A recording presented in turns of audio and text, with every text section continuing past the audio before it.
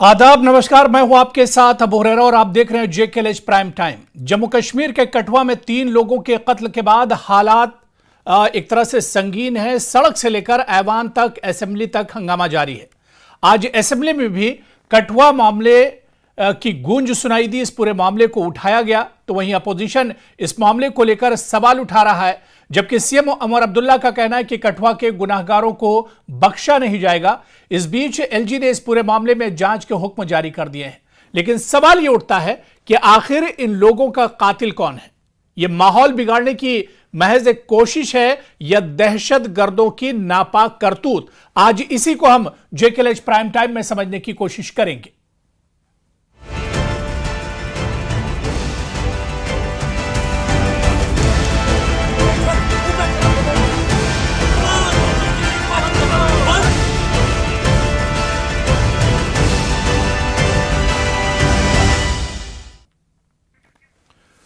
तो कठुआ में जिस तरह से 3 लोगों का कत्ल हुआ है, अब सवाल यह उठ रहा है कि कठुआ का कातिल कौन है, क्योंकि एक इशारा दहशतगर्दों की तरफ भी, आतंकियों की तरफ भी जाता है, क्योंकि आतंकी वाकयात, इस तरह से आतंकी जो वारदात हैं वो जम्मू रीजन में बढ़ी हैं और कठुआ पर भी आतंकियों की नजर रही है। तो क्या दहशतगर्दों की एक करतूत है या फिर अपोजिशन जिस तरह से कह रहा है कि माहौल बिगाड़ने की कोशिश की जा रही है? ऐसे में सवाल यह उठ रहा है कि महज यह माहौल बिगाड़ने की कोशिश है या दहशतगर्दों की करतूत? इसी को हम समझने की कोशिश करेंगे। तमाम पहलुओं से इस मामले को हम समझने की कोशिश करेंगे कि आखिर कठुआ मर्डर केस, इसमें लगातार प्रोटेस्ट और एहतजाज किया जा रहा है।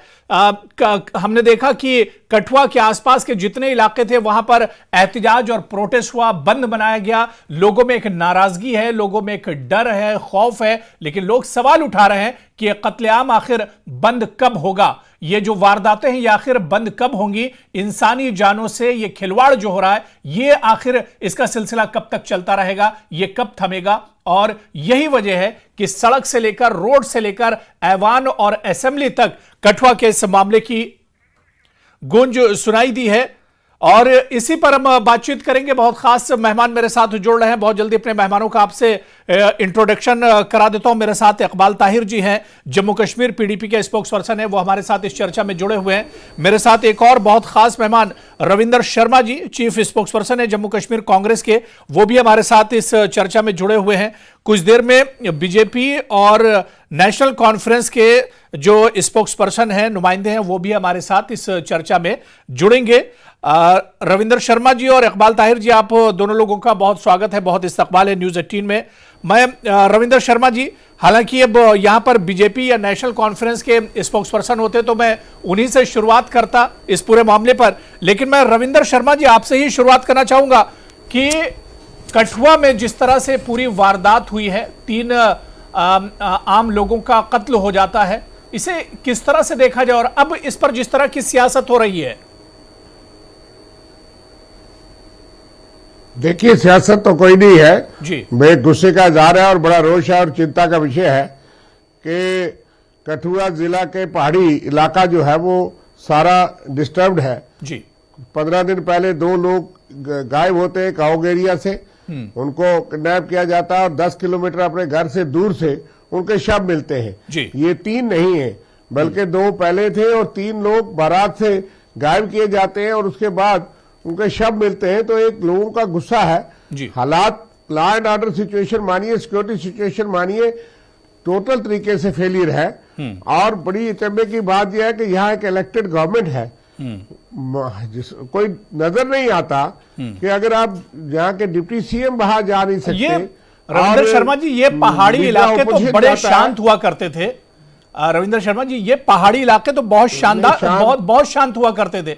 यहां पर तो इस तरह की वारदातें होती तक नहीं थी। जम्मू सूबा जी देखिए दावे एक तरफ, लेकिन मैं कह रहा हूं कि जम्मू सूबा 20 साल से शांत था, लेकिन पिछले 1 साल में जितनी वारदातें जम्मू सूबे में हुई हैं जी, और इस कठुआ जिला में हुई है, कोई जिला बचा नहीं जम्मू सूबे का कि पार्लियामेंट चुनाव के बाद, उससे पहले भी कुछ ऐसी घटनाएं हुई, आर्मी पे, सेना पे, सिक्योरिटी फोर्सेस पे हमले हुए जी। और इतने गंभीर हालात जो है जम्मू सूबे के बने कि लोगों को उम्मीद नहीं थी कि असेंबली चुनाव होंगे, लेकिन सरकार जो है वो दावे करती रही, केंद्र सरकार। आज हम किसको खड़ा करें? जी। Law and order, chief minister साहब ने हाउस में कहा कि मेरे पास ना पुलिस है ना लॉ एंड ऑर्डर है, इसलिए केंद्र सरकार पूरी तरह से विफल है, जिम्मेवारी है। और इतने लोग मारे जा रहे, शहीद हो रहे, और केंद्रीय मंत्री ने इशारा किया है कि ये आतंकवादी घटना है। और आतंकवाद जो है वहां पे लोगों का तलाशी अभियान में ये खबर आती है कि वहां आतंकवाद सरगना आतंकवादी लोग जो है सक्रिय है। और बड़ी उससे गंभीर बात यह है कि सरकार का डिप्टी सीएम नहीं जा सकता। हमारा साबका एमपी चौधरी लाल सिंह जो उसी जिले के हैं जिन्होंने चुनाव लड़ा और वहां से 2 बार एमपी रहे, हमारे वहां के नुमाइंदे जिन्होंने हाल ही में चुनाव लड़ा बिलावर से, डॉक्टर मनोहर लाल शर्मा, उनको रोक दिया जाता है। बीजेपी के एमएलए और कार्यकर्ताओं को पुलिस छोड़ देती है। ये किस किस्म का? इकबाल ताहिर जी, यही शिकायत पीडीपी की भी है। यही शिकायत जो बात यहां पर रविंदर शर्मा जी कह रहे हैं, यही शिकायत पीडीपी की है। इल्तिजा मुफ्ती ने प्रेस कॉन्फ्रेंस की और उन्होंने कहा कि उन्हें बिलावर जाने की इजाजत नहीं दी गई। मैं एक बात और करके आप उनको टाइम दीजिए। जी, असेंबली के अंदर लीडर ऑफ अपोजिशन कहता है कि लीडर ऑफ अपोजिशन जो है वो कहता है सरकार हम चला रहे हैं। वो अमित शाह जी तो कहते हैं मेरी गृह मंत्री से कल भी बात हुई, आज भी बात हुई, और चीफ मिनिस्टर साहब से बात नहीं होती। वो होम मिनिस्टर को बात सीएम के करनी चाहिए। एक इलेक्टेड गवर्नमेंट है और वहां पे सरकार जो है वो सीएम साहब को ये कहना चाहिए था कि होम मिनिस्टर साहब ने कमेटी बनाई या जांच कर रहे हैं, और ये किस किसी की पैरेलल सरकार चलाना चाहते हैं। बिल्कुल आपका सवाल वाजिब है। बिल्कुल रविंदर शर्मा जी, सवाल वाजिब है। ये सवाल उठाया जाएगा बीजेपी से और एनसी से। इकबाल ताहिर जी, यही चीज इल्तिजा मुफ्ती ने भी कही। उन्होंने कहा कि उन्हें बिलावर जाने की इजाजत नहीं दी गई। वो जाने की कोशिश कर रही थी, जो मुतासिरीन है उनसे मिलने की और वहां के हालात जानने की कोशिश कर रही थी, लेकिन उन्हें नहीं जाने दिया गया। इकबाल ताहिर जी, देखिए अगस्त 5, 2019 के बाद में जब आप जम्मू कश्मीर की जो सिक्योरिटी सिचुएशन है उसको मजमूई तौर से देखते हैं तो आप देखिए ट्रेंड इमर्ज हुआ है। और वो ट्रेंड है कि जम्मू कश्मीर में जो इलाका था, जो टेरिटरी थी, जो पीसफुल थी, जहां कभी मिलिटेंसी के इंसिडेंट नहीं थे जी, चाहे इतनी 90s की मिलिटेंसी थी, वहां पे कभी कोई इम्पैक्ट नहीं था। लेकिन अगस्त 5, 2019 के बाद में इन तमाम जो रीजन्स हैं, खासकर जम्मू के जो इलाके हैं, वहां पे मिलिटेंसी हुई, वहां पे मिलिटेंट इंसिडेंट्स हुए, वहां पे मासूमों का कत्ल हुआ। और ये सरकार हमेशा ये दावा करती रही कि हमने जी सिक्योरिटी सिचुएशन को यहाँ पे इम्प्रूव कर दिया है। आज का जो इंसिडेंट है ये इस बात को फिर से दर्शाता है और ये फिर से एक एग्जाम्पल है कि किस तरह से मरकज की हुकूमत और यहाँ एलजी हुकूमत बिल्कुल विफल हुई है जहां तक सिक्योरिटी सिचुएशन का ताल्लुक है। और सबसे बड़ी दुख की बात यह है कि आज हमारी एक इलेक्टेड गवर्नमेंट भी है और वो गवर्नमेंट पहले दिन से बेबस है, पहले दिन से हेल्पलेस है। और इस सिचुएशन में भी ठीक है। इकबाल ताहिर जी, हमारे साथ बीजेपी एमएलए आरएस पठानिया जी भी इस चर्चा में जुड़ गए। आरएस पठानिया जी, आपका भी बहुत स्वागत है न्यूज 18 जेकेएलएच में। आरएस पठानिया जी, ये आखिर क्या चल रहा है कठुआ में? आप देखिए 3 लोगों का कत्ल हो गया है और इस पर अब सियासत हो रही है। यहां पर शर्मा जी हैं, रविंदर शर्मा जी, उन्होंने कहा कि बीजेपी के लोगों को जाने की इजाजत दी जा रही है। यही इल्जाम इल्तिजा मुफ्ती ने भी लगाया कि बीजेपी के नेता वहां पर जा सकते हैं लेकिन अपोजिशन के दूसरी पार्टियों को लोग नहीं जा सकते हैं। डिप्टी सीएम को वहां पर जाने की इजाजत नहीं दी गई। जी, सबको मेरी ओर से आदाब और नमस्कार। कठुआ वाला जो विषय है, पहले साफ स्पष्ट इस पर थोड़ी बात कर लूं जी। इसे पार्टी पॉलिटिक्स के शीशे से, प्रिज्म से हम ना देखें तो इंडिया आतंकवाद के विरुद्ध निर्णायक लड़ाई लड़ रहा है और ये निर्णायक लड़ाई अपने एक बहुत ही निर्णायक मोड़ में, इसी निर्णायक मोड़ में जो 90 के दशक में जैसे कश्मीरी पंडितों को कश्मीर से जाना पड़ा, उसके बाद जम्मू के विभिन्न भागों में डोडा, राजौरी, पुंछ की बात करें, हमने देखा वहां से डोडा माइग्रेंट्स, राजौरी के माइग्रेंट्स, पुंछ के इल्तिजा मुफ्ती तो कह रही कि 2019 से पहले यहां आतंकवाद था ही नहीं। यही तो नाकामी वो बता रही हैं। जी, मैं आपको कह रहा हूं, मैं उसी विषय पे आ रहा हूं। अब जो 5 अगस्त 2019 के बाद सरकार ने अपना जो ऑपरेशन ऑल आउट चलाया है, इस ऑपरेशन ऑल आउट में हमने बिल्कुल आतंकवाद को बिल्कुल अपने हाशिए पे खड़ा किया और ये अंतरराष्ट्रीय संगठन भी मानते हैं कि तकरीबन 70% से ज्यादा आतंकवाद में गिरावट आई है। अब ये एक नया मॉड्यूल आया है, काफी सारे मॉड्यूल सरकार ने ऐसे बस्ट किए हैं। ये एक नए मॉड्यूल के खिलाफ हमें लड़ना होगा, बतौर पार्टी, बतौर एक मैं कहते हैं संगठन, बतौर जम्मू कश्मीर के लोग, जम्मू कश्मीर के नागरिक और हर पॉलिटिकल पार्टी को this is a mind game and we need to outwit the Pakistan and all players जो हमारे यहाँ पे ट्रबल फैला रहे हैं, हमारे यहाँ पे नार्को टेररिज्म, हमारे देश को कमजोर करने की कोशिश कर रहे हैं। हम इस पर लड़े। हमने अपना स्टैंड साफ और स्पष्ट किया। सबसे पहले तो नहीं, आप तो बीजेपी तो कहती थी कि 370 के बाद दहशतगर्दी पूरी तौर से खत्म हो जाएगी। जम्मू जहां पर दहशतगर्दी नहीं थी, आप देखिए दहशतगर्दी कितनी बढ़ गई है। अगर हमने 70% इसमें मैंने कहा आपको कि डिक्रीज अगर लिया है, आज बात चलिए अगर गुलबर्ग में फैशन शो की, खैर वो अच्छा है बुरा उस पर मैं आऊंगा नहीं। अगर गुलबर्ग में फैशन शो पॉसिबल है तो इसका मतलब हालात ठीक नहीं है, तभी हो पा रहा ना। आज G20 का मीट कश्मीर में हुआ, हालात ठीक है तभी हो रहा है। लोग अगर जंप आया, हालात ठीक है तभी हो रहा है। लेकिन रविंद्र शर्मा जी कुछ कहना चाह रहे जी। Ravindra Sharma ji, things are all right, all is well, ऐसा नहीं है। हमें थोड़ा समय लगेगा और इस समय में हमें पठानिया जी को ये नहीं कहना चाहिए कि हालात अच्छे हो गए, यहाँ लोग मारे गए, लोग रोष कर रहे हैं और आप फैशन शो की जिक्र कर रहे हैं। ये बड़े दुर्भाग्य की बात है। नहीं बिल्कुल जाहिर सी बात है। तीन लोगों का कत्ल हुआ है, 3 मासूमों का एक तरह से कत्ल हुआ है। मेरे साथ तो जावेद हसन बेग जी जो सीनियर लीडर भी हैं नेशनल कॉन्फ्रेंस के और एमएलए भी हैं बारामूला से, वो भी हमारे साथ जुड़ गए। जावेद हसन बेग जी आपका भी बहुत इस्तकबाल है जी। रविंद्र शर्मा जी आप कुछ कह रहे हैं, बात पूरी कर लीजिए जी।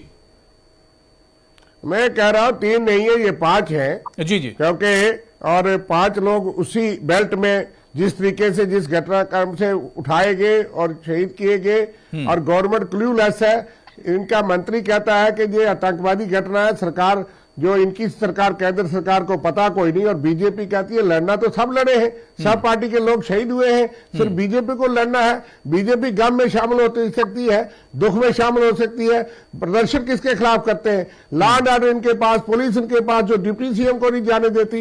ये जुलूस भी निकालेंगे, प्रदर्शन भी करेंगे, सरकार भी चलाएंगे, गम में भी शामिल होंगे और बाकी पार्टियां जो है वो आतंकवाद से नहीं लड़ रही। इसका जवाब चाहिए मुझे। नहीं बिल्कुल मैं आपके आऊंगा। मैं जावेद हसन बेग जी, ये जावेद हसन बेग जी, मैं आ रहा हूँ। इकबाल ताहिर जी आपके पास भी आ रहा हूँ। जावेद हसन जी, जावेद बेग जी हमारे साथ जुड़ गए हैं। मैं आ रहा हूँ, कब हटाएंगे? मैं इकबाल ताहिर जी में आ रहा हूँ। अगर ये कह रहे हैं, अगर ये इकबाल ताहिर जी, कश्मीर में हालात ठीक हो गए, इकबाल ताहिर जी मैं आ रहा हूँ। जो इतनी आर्मी है जो वहां पे, इकबाल ताहिर जी मैं आ रहा हूँ, उनको कब हटाएंगे फिर? मैं इकबाल ताहिर जी मैं आ रहा हूं। मैं जावेद हसन जी से एक सवाल ले लेता हूं। जावेद हसन जी मेरी आवाज आ रही है आप तक? जी आपकी आवाज आ रही है। जावेद साहब, बड़ा सवाल यह है कि दहशतगर्दी पर तो हमेशा कहा जाता है कि जब हम एक होंगे, एक साथ खड़े होंगे तो दहशतगर्दी को हराया जा सकता है। जिस तरह से कठुआ में हुआ, कहा जा रहा है कि यह दहशतगर्दों की नापाक करतूत है, जहां पर 3 और कहीं पर कहा जा रहा है 5 लोग, 2 लोग अभी भी लापता हैं, 3 लोगों का कत्ल कर दिया गया। लेकिन इसके बावजूद भी हम देखते हैं कि दहशतगर्दी के खिलाफ हमें एक होना चाहिए। लेकिन हम देख रहे हैं कि असेंबली के अंदर किस तरह से इस पूरे वाकये पर हम सियासत कर रहे हैं, हम एक दूसरे पर बयानबाजी कर रहे हैं, एक दूसरे पर निशाना साध रहे हैं। मैं सबसे पहले जो ये फैमिलीज, अफेक्टेड फैमिलीज हैं, उनके साथ ये यकजहती का इजहार करता हूँ कि भाई थी दुख और अफसोस का मुकाम है कि जो दहशतगर्दी है ये ऐसे लोगों को टारगेट बना रहे हैं जो निहत्थे भी हैं और बेगुनाह भी हैं और इंतहाई दुश्वार इलाकों में बसते हैं। तो ऐसे को दहशतगर्दी का शिकार बना के जो दहशतगर्द हैं वो क्या हासिल करना चाहते हैं, इसके बारे में क्या कहा जा सकता है सिवाय इसके कि ये इंतहाई अफसोसनाक वाक़ा।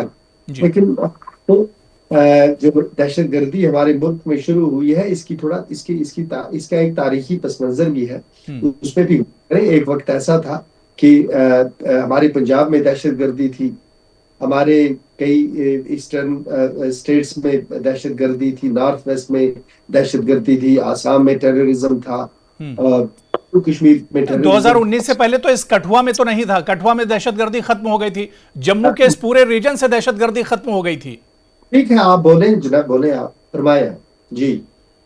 नहीं, मैं जावेद साहब ये कह रहा हूं कि जिस दहशतगर्दी की आप बात कर रहे हैं तो जम्मू रीजन में तो दहशतगर्दी नहीं थी 2019 से पहले तक। जी आगे भी फरमाए, हुक्म करें जी।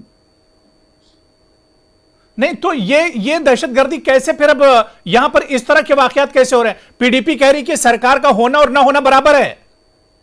जब सवाल भी आपने करना है, जवाब भी आपने देना है, तो हम सुन रहे हैं, आप बताएं। नहीं, आप जावेद साहब देखिए, आप पूरी हिस्ट्री बता रहे, लेकिन मैंने हिस्ट्री का एक हिस्सा मैंने भी आपको बता दिया कि जम्मू में 2019 से पहले जम्मू रीजन में, और ये तो आप भी कहते हैं ना, है ना, जो मैंने तो आपका मान लिया, जो आपने कहा जी सर्वप्रथम मान लिया। अब आगे बताएं जी, आगे बताएं। आपको एक संजीदा डिस्कशन में जब आप सवाल पूछते हैं बुला के, तो फिर अगले को जवाब देना चाहिए, है ना। आप जब सवाल तो देखिए, सवाल तो अब अपोजिशन और पीडीपी भी कर रही है। पीडीपी कह रही है कि सरकार का होना और ना होना बराबर है, जिस तरह के हालात हैं इस वक्त। मैं आपको ये कहता हूं, मेरी बात ये एक बहुत ही सीरियस इशू है जी। मेरी उम्र इस वक्त 60 साल है, मेरी बात गौर से सुनो। मेरे बच्चे हैं, मेरे नौजवान हैं, जम्मू कश्मीर लद्दाख के लोग, पूरे मुल्क के लोग, हम जो हिंदुस्तान इनको मुंतकिल करना चाहते हैं बेशुमार जम्मू कश्मीर में, किस तरह का होगा इस पे बात हो रही है। ये एक इंतहाई संजीदा डिस्कशन हो रही है, ये ब्लेम गेम नहीं है। मैं आपको ये कहता हूं कि बदकिस्मती से अंग्रेज यहाँ से जाने के बाद मुल्क के अंदर, हमारे मुल्क के अंदर कई जगह दहशतगर्दी ने साथ उठाए, और एक कलेक्टिव रिस्पांस मुल्क ने जहां दिया है, सिक्योरिटी फोर्सेस ने कुर्बानियां दी हैं, तो उस दहशतगर्दी को हमने इरेडिकेट किया है। अब इस वक्त जम्मू कश्मीर में पिछले 30 साल से मासूम लोग मर रहे हैं, चाहे वो हिंदू हो चाहे वो मुसलमान। जो दहशतगर्द होता है बुनियादी इसका कोई मकसद नहीं है। इस वक्त हमारे पास 3 बड़े इंपॉर्टेंट इश्यूज। एक ये है कि जो इस वक्त लॉ एंड ऑर्डर जिन लोगों के पास है, उनको प्रोएक्टिव होना पड़े। उनके प्रोएक्टिव होने का मतलब ये है कि बॉर्डर जो है, बॉर्डर पे ना पठानिया, ना आप और ना मैं ड्यूटी दे रहे हैं। जो बॉर्डर की सर्वेलेंस है, इसको बढ़ाया जाए, इसको इतना फाल बनाया जाए, इतना फूल प्रूफ किया जाए कि जो लोग वहां से आके यहाँ इस तरह की कार्रवाइयां करते हैं, उनको यहाँ पहुंचने से पहले ही उनको उनके अंजाम तक पहुंचा दिया जाए। एक दूसरा ये है कि हमारा इंटरनल सिक्योरिटी सिस्टम इस तरीके से बिल्ड किया जाए, और इस तरह से कोऑर्डिनेटेड एफर्ट हो, और इस तरह से ये ऐसे वल्नरेबल इलाके जो हैं, उन वहां के सिविलियंस को और सिक्योरिटी एजेंसीज को, हमारे इंटेलिजेंस नेटवर्क को इतनी कोऑर्डिनेशन के साथ काम करना है कि कोशिश ये करें कि हमारा इस मुल्क का एक भी शहरी इस दहशतगर्दी का शिकार ना हो, और उसके लिए मुमकिन किया जा सकता है 99% तक हम इस। ठीक है पठानिया जी देखिए जावेद हसन बेग साहब ने बहुत तफसील में अपनी बात रखी। उन्होंने सीधे जो बिल्कुल मुख्तसर में उन्होंने ये कहा कि दहशतगर्दी के खिलाफ जिस तरह से एक्टिव होना चाहिए, वो चीज नजर नहीं आ रही है, क्योंकि लॉ एंड ऑर्डर तो अब उमर अब्दुल्ला सरकार के हाथ में है नहीं। तो जिम्मेदार कौन है इसके लिए पठानिया जी? मैंने पहले भी कहा है कि हम इसे भारत जितने भी आतंकवाद के विरुद्ध लड़ाई लड़ रहा है, इन सब और इस आतंकवाद के विरुद्ध लड़ाई को हम पार्टी पॉलिटिक्स में ना इन्वॉल्व करें, कि हम सबकी लड़ाई है। बेग साहब बोल रहे हैं कुछ, मैं बता रहा था, बात पूरी कर लिया आप, बोलिए। विरुद्ध लड़ाई में इस दहशतगर्दी के खिलाफ जम्मू और मुल्क के लोगों को एक कलेक्टिव रेस्पॉन्स देना होगा। ये सियासी मसला नहीं है, ये हमारे सर्वाइवल का मसला है, हमारी बका। तो फिर असेंबली में एक दूसरे पर बयानबाजी क्यों करते हैं?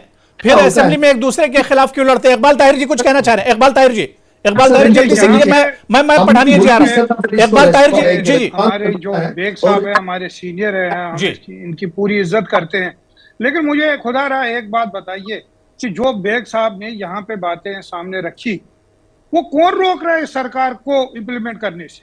मरकज में इनकी सरकार है, इतने सालों से ये सरकार चला रहे हैं, और सिक्योरिटी के ताने बाने का दावा करते हुए उन्हें सारे मुल्क में वोट बांटे, तो कौन रोक रहा है इनको? जवाब देना है इनको। हर बार ये हम नहीं सुनेंगे क्या ये चल रहा है, वो चल रहा है, ये होगा वो होगा। आज जवाब देना होगा इस सरकार को, चाहे वो मरकज में है, चाहे वो एलजी की हुकूमत है, चाहे वो स्टेट गवर्नमेंट है। इन तीनों को आंसर देना है कि क्यों हो रहा है, कब बंद होगा, हमें टाइम पठानिया जी देखिए जवाब तो देना पड़ेगा। जम्मू कश्मीर का लॉ एंड ऑर्डर सेंटर के उसमें आता है। मैं आ रहा हूं, मैं रविंदर शर्मा जी आ रहा हूं, पठानिया जी से जवाब ले लेता हूं। मैं आ रहा हूं रविंदर शर्मा जी मैं जवाब दे रहा हूं। पठानिया जी से मुझे 2 सवाल करने हैं, चलो। अच्छा ठीक है, आप भी सवाल कर लीजिए। पठानिया जी सवाल ले लेते हैं रविंदर शर्मा जी से, फिर आप जवाब दे दीजिए। जी रविंदर शर्मा जी, बड़ा सम्मान है रविंदर जी का, पहले चलिए। अगर इकट्ठा ही जवाब दे देंगे तो अच्छा है, क्योंकि हमारा सरकार केंद्र सरकार से सवाल है जी। और क्योंकि पहली बात तो ये है कि जब वो सूबा शांत था तो यहाँ लहू-लुहान क्यों हुआ, और इतना आतंकवाद जो है वो 20 साल में नहीं था। वो आपके यूटी बनने के बाद, हर कोशिश के बाद, ऑपरेशन ऑल आउट के बाद इतने लोग, इतने जवान, इतनी सेना पे हमले हुए, शहीद हुए। और आज भी जब आप कहते हैं 70% ये आंकड़े गिनाते हैं तो हमारा दिल जलता है कि एक तरफ 3 जो है शव पड़े हैं, 2 पिछले दिनों शव मिले हैं, और कठुआ वो सबसे शांत बॉर्डर पंजाब और हिमाचल के साथ मिलने वाला इलाका बहुत बड़ा आतंकवाद ग्रस्त है। और अभी ये पता नहीं सरकार को ये आतंकवादी घटना है या कोई और साजिशें हैं। और सरकार, और दूसरी तरफ से सरकार यहाँ पे डिप्टी सीएम को नहीं अलो करेगी। लीडर ऑपोजिशन असेंबली में ये कहेगा, मेरी बार बार होम मिनिस्टर अमित शाह जी से बात हो रही है, होम मिनिस्टर चीफ मिनिस्टर से कब बात करेंगे? He is home minister where he has to talk to the chief minister, और instead of talking to the chief minister वो अपनी पार्टी के और वो पैरेलल बताते हैं और जाएंगे भी यही, अफसोस भी यही करेंगे, प्रदर्शन भी यही करेंगे। किसके खिलाफ प्रदर्शन? केंद्र के खिलाफ है। पठानिया जी देखिए बहुत अहम सवाल उठा रहे हैं यहाँ पर, रविंद्र शर्मा जी ने बहुत अहम सवाल उठाया है जी। हमारे लोग नहीं जा सकते जी। मैं आप इस सरकार को भी नहीं चलने बड़ी विनम्रता, बड़े अदब और बड़े एहतराम, बड़ी जिम्मेवारी के साथ मैं आपको अप्राइज करूं कि इस इंसिडेंट को अभी तो पुलिस ने सर्टिफाई भी नहीं किया कि ये टेरर का एक्ट है भी है कि नहीं। बट हम इसे मान के चल रहे हैं कि चले टेरर का एक्ट है भी है, लेकिन सरकार की सीरियस अप्रोच देखें कि होम सेक्रेटरी और डीआईबी दोनों जम्मू कश्मीर में कल से हैं और इस पूरी सिचुएशन को एनालाइज किया जा रहा है। मैंने आपको बोला कि 90 के दशक का वो कश्मीरी पंडितों का, या वो जम्मू, डोडा, राजौरी, पुंछ से माइग्रेंट्स, और अब फिर ढांगरी, पाटाडोरिया के बाद फिर एक बिलावर एरिया, बसंतगढ़ एरिया, और फिर आज लोहाई एरिया में ये जो एक सस्पेक्टेड, एक शक-जुबा एक मिलिटेंट अटैक देखने को मिला है। मैंने कहा कि ये फाइट अगेंस्ट टेरर में हम सब बराबर के स्टेक होल्डर, और हम सब इसमें बराबर की बात करें। जहां तक किसी को अलाउ किया गया, किसी को डिसअलाउ किया गया, ये पुलिस रिस्पॉन्सिबल, मुझे लगता नहीं। उमर साहब बहुत रिस्पॉन्सिबल आदमी है, जिम्मेवार आदमी है, सदन में बोला, मुझे लगता नहीं ऐसी बात होगी। नहीं, कहां अलाउ किया गया? रविंद्र जी यही तो पूछ रहे हैं कि अलाउ कहां किया गया? मेरी बात सुन ले प्लीज। अगर ऐसी बात होगी, ऐसी नहीं, इल्तिजा मुफ्ती को नहीं जाने दिया गया, डिप्टी सीएम को अलाउ नहीं किया गया। बुरी बात है, अगर कोई जाना चाहता है वहां पे अपनी ताजियत, अपने एक्सप्रेशन, हमारे दो नेताओं को, कांग्रेस लीडरों को नहीं जाने दिया गया। तीसरा, I want to put a counter question to it. Sunil Sharma साहब ने जब विधानसभा के पटल में बोला, मैं भी वहां था, जावेद बेग साहब भी बोले, उन्होंने कहा कि मैं 3 दिन से लगातार उनके वहां फोन कर रहा हूं। तो उमर साहब अगर मुख्यमंत्री है तो उनको भी वहां फोन करके एमएचए को बात करके अपना कंसर्न जताना चाहिए।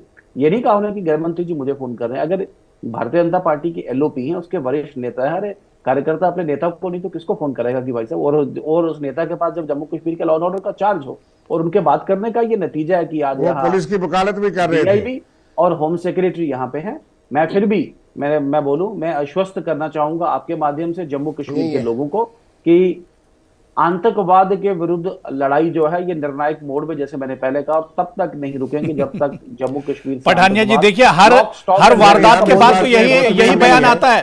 पठानिया जी अफसोस की बात तो यही ना कि हर वारदात के बाद यही बयान आता है। बंद करके रहेंगे, जम्मू कश्मीर शांति पसंद और एक बहुत बड़ी साजिश है कि यहाँ की सरकार को बताना कि ये इनके हाथ में कुछ नहीं है, और एक इलेक्टेड गवर्नमेंट के साथ हमें तो ठीक है आप, लेकिन हमारे लोकल नुमाइंदे वहां अपने कॉन्स्टिट्यूंसी में नहीं जा सकते। जिस आदमी ने 4 महीने पहले चुनाव लड़ा और 30,000 वोट दिया हो, उस आदमी को वो साबका मंत्री रहा, 3 बार विधायक रहा, एमपी रहे 2 बार मंत्री रहा कैबिनेट का, वो जाने से क्या खतरा है कि आप सिलेक्टिव क्यों हैं?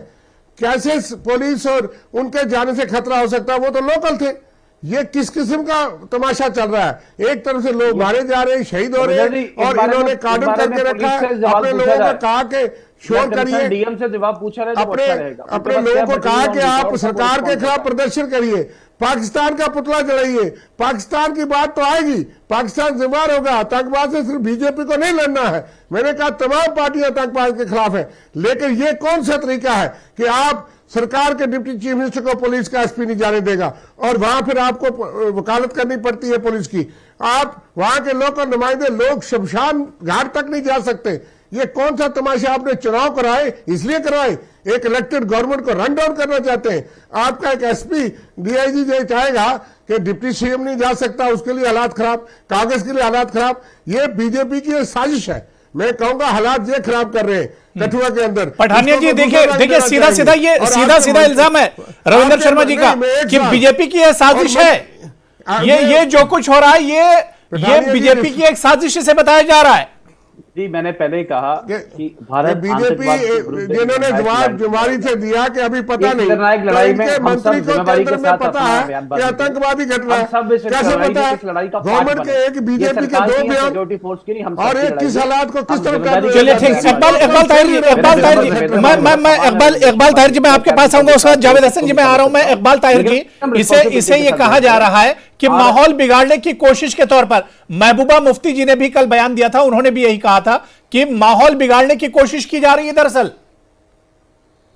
देखिए महबूबा मुफ्ती जी बड़ा कुछ बोलती हैं। नहीं इकबाल जी इकबाल ताहिर जी से मेरा सवाल है। इकबाल ताहिर जी और उनको आदत, इकबाल ताहिर जी मुझे लगता नहीं ज्यादा गंभीरता से उन्हें लिया जाना चाहिए, उनके बयानों को लिया जाना चाहिए। शायद मेरी आवाज इकबाल ताहिर तक नहीं आ रही है। मैं इकबाल ताहिर जी मेरी आवाज आ रही है? इकबाल ताहिर जी मेरी आवाज आ रही है? चलिए ठीक है। मैं जावेद हसन जी, जो बात यहां पर अभी रविंद्र शर्मा जी कह रहे हैं कि जानबूझकर दरअसल माहौल को खराब करने की कोशिश की जा रही है जम्मू कश्मीर में, इस तरह के जो वारदातें हो रही हैं। देखिए जी, मैं जो इन्होंने ये इल्जाम लगाया है, मेरे पास इसका कोई सबूत नहीं है। मैं एक एमएलए हूं और मैं इस तरह की स्टेटमेंट नहीं दे सकता कि पीछे मरकज की हुकूमत का हाथ है या भारतीय जनता पार्टी का हाथ है। ये बहुत बड़ी ज्यादती होगी अगर मैं इस तरह की कोई स्टेटमेंट दूं। ये दे सकते हैं, दे आर एट लिबर्टी। मैं एक इंस्टीट्यूशन को रिप्रेजेंट करता हूं, मैं इस तरह की स्टेटमेंट। रविंद्र शर्मा जी कुछ कह रहे हैं? रविंद्र शर्मा जी, जावेद साहब कुछ कह रहे हैं? जी रविंद्र शर्मा जी। जावेद साहब ने कुछ शायद मिस इंटरप्रेट किया है। मैंने कहा कि पोस्ट इंसिडेंट आतंकवादी घटना है जो लैंड ऑर्डर फेलियर है, उसके पोस्ट इंसिडेंट जिस तरह से सेंट्रल गवर्नमेंट की सरकार ये कर रही है, सिर्फ बीजेपी, ये जो है इससे माहौल खराब होगा कि आप जिस तरह कर रहे हैं। शायद उन्होंने गलत समझा, मेरा ये नहीं है, लेकिन फेलियर जरूर है। मैं ये नहीं कह रहा कि आतंकवादी घटना कर, it is failure to contain militancy in Jammu. मैं सिक्योरिटी एजेंसीज पे उंगली उठा सकता हूं ना, मैं भारतीय जनता पार्टी पर ये उंगली उठाऊंगा कि ये कत्लो गारत करवाएंगे। मैं ये कहता हूं कि ये बदनसीब और बदकिस्मती है इस कौम की कि जम्मू हो, लद्दाख हो या कश्मीर हो, जहां पर भी इस तरह के वाकआत होते हैं, हम सबको विजिलेंट रहना होगा और एक कलेक्टिव रेस्पॉन्स देना होगा। एक दूसरी बात यह है कि जम्मू कश्मीर पुलिस को भी अब थोड़ा सा मामला को इस हद तक संजीदगी से लेना होगा कि अगर वो भारतीय जनता पार्टी के लोगों को अलाउ करते हैं वहां जाने को, तो फिर उनको हुकूमत के लोगों को और हम जैसे लोगों को भी वहां जाने की इजाजत होनी चाहिए। बिल्कुल जावेद साहब, आपने बात बहुत सही कही है कि सबको मिलकर दहशतगर्दी के खिलाफ या इस तरह की जो वारदातें हो रही है इनके खिलाफ सबको मिलकर आवाज उठानी होगी। असेंबली में तू मैं और बयानबाजी से हटकर सबको एक आवाज में इसके खिलाफ आवाज बुलंद करनी होगी, तभी इस तरह की वारदातें रुकेंगी और तभी दहशतगर्दी पर एक तरह से नकेल कसी जा सकती है। बहुत बहुत शुक्रिया, वक्त की हमारे पास कमी है। जावेद हसन बेग साहब हमारे साथ जुड़ने के लिए, पठानिया जी आपका भी, इकबाल ताहिर जी और रविंद्र शर्मा जी सभी का बहुत बहुत शुक्रिया इस चर्चा में जुड़ने के लिए। तो जेकेएल प्राइम टाइम में आज फिलहाल इतना ही। नमस्कार।